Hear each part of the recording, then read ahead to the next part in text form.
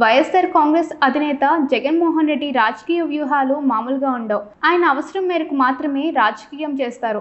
అవసరం ఉంటే ప్రోత్సహిస్తారు, లేకుంటే మాత్రం ఇట్టే పక్కన పడేస్తారు. తాజాగా బుల్లితెర నటి యాంకర్ శ్యామ్లా విషయంలో కూడా అదే జరుగుతుంది. గత 10 నెలలుగా ఆమె పార్టీ కార్యాలయం వైపు కనిపించడం లేదు. కార్యాలయం నుంచి ప్రెస్ మీట్ పెట్టడం లేదు. ఆమెను దాదాపు వైఎస్ఆర్ కాంగ్రెస్ పార్టీ పక్కకు పెట్టేసినట్లే అని ప్రచారం నడుస్తుంది. ఒక వర్గం ఆమెను తీవ్రంగా వ్యతిరేకిస్తున్నట్లు వైసీపీలో ప్రచారం జరుగుతుంది. అయితే ఆమె తనంతట తాను ఒక సెల్ఫీ వీడియోను సోషల్ మీడియాలో పోస్ట్ చేశారు.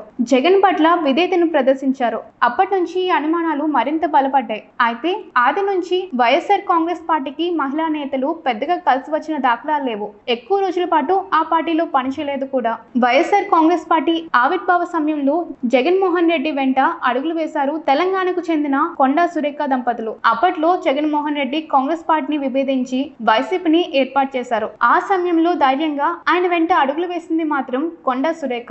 రాజశేఖర్ రెడ్డి మాదిరిగా జగన్మోహన్ రెడ్డి సైతం మాట తప్పరు, మడం తిప్పడు అని భావించేవారు. కానీ 2014 ఎన్నికల్లో చంద్రబాబు కోసం కేఎస్ఆర్ తో ఒప్పందం కుదుర్చుకున్న తీరును తట్టుకోలేకపోయారు కొండా సురేఖ.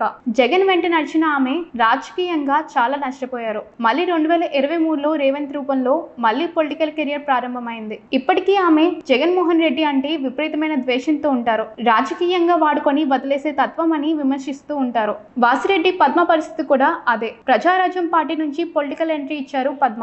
ఆ పార్టీకి అధికార ప్రతినిధిగా ఉండేవారు. వైసీపీ ఆవిర్భావంలో జగన్ వెంట అడుగులు వేశారు. మంచి పొలిటికల్ కెరియర్ ఇస్తారని భావించారు. ఖచ్చితంగా చట్టసభకు పంపిస్తానని హామీ ఇచ్చారు. దాంతో వాసిరెడ్డి పద్మ జగన్మోహన్ రెడ్డి పార్టీ వాయిస్ గా బలంగా వినిపించేవారు. అయితే పార్టీ అధికారంలోకి వచ్చిన తర్వాత మహిళా కమిషన్ చైర్పర్సన్ పదవి ఇచ్చారు. ఆ పదవి ద్వారా వాసిరెడ్డి పద్మతో రాజకీయ ప్రత్యర్థులను అణిచివేసే ప్రయత్నం చేశారు. అయితే చట్టసభకు పంపుతాను అన్న జగన్మోహన్ రెడ్డి హామీని బలంగా నమ్మారు పద్మ. అందుకే అప్పట్లో దూకుడుగా ఉండేవారు రాజకీయ ప్రత్యర్థులపై. కానీ 2024 ఎన్నికల్లో టికెట్ అడిగితే కనీసం పట్టించుకోలేదు కదా, చాలా తక్కువ చేసి మాట్లాడారంట. అందుకే ఆ పార్టీకి గుడ్ బై చెప్పేశారు వాసిరెడ్డి పద్మ.